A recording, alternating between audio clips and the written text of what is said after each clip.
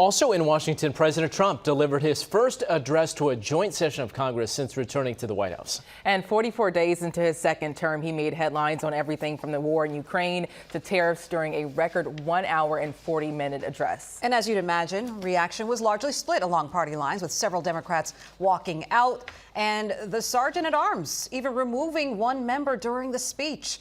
ABC's chief White House correspondent Mary Bruce reports from Washington.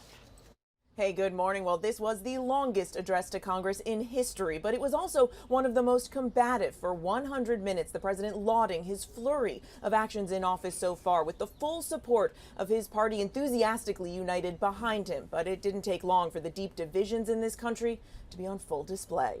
America is back. Overnight, a celebratory President Trump with his party united behind him, reveling in his rapid remaking of the government. The people elected me to do the job, and I'm doing it. But the chamber divided from the start. Democrats interrupting just 4 minutes into the speech. Texas Democrat Al Green heckling the president, shaking his cane at him.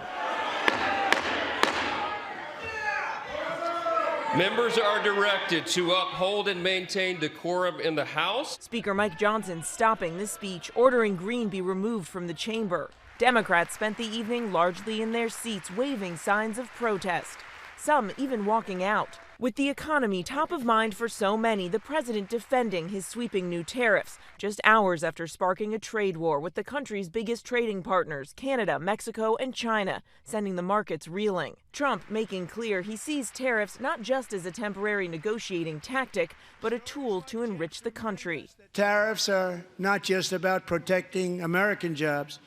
They're about protecting the soul of our country.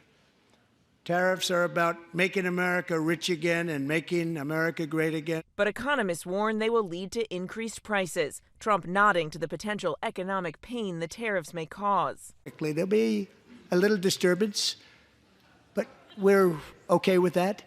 It won't be much.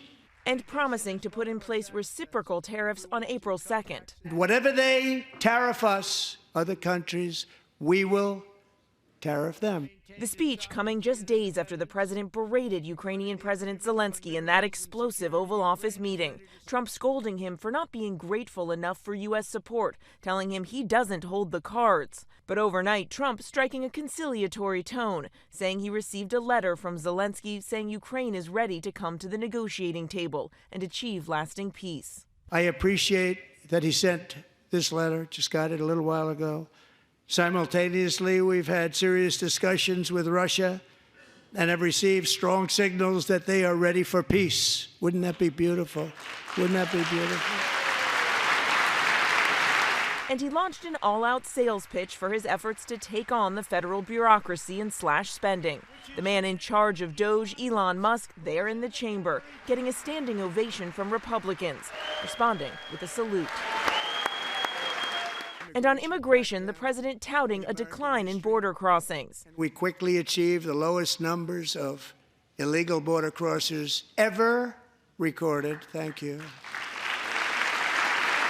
And asking Congress to send him funding to fulfill his promise of mass deportations. Americans expect Congress to send me this funding without delay so I can sign it into law. And Slotkin also had a message for demoralized Democrats, imploring Americans to stay engaged, arguing the stakes are simply too high, saying, quote, "Don't tune out. It's easy to be exhausted, but America needs you now more than ever." At the White House, Mary Bruce, Channel 7 Eyewitness News.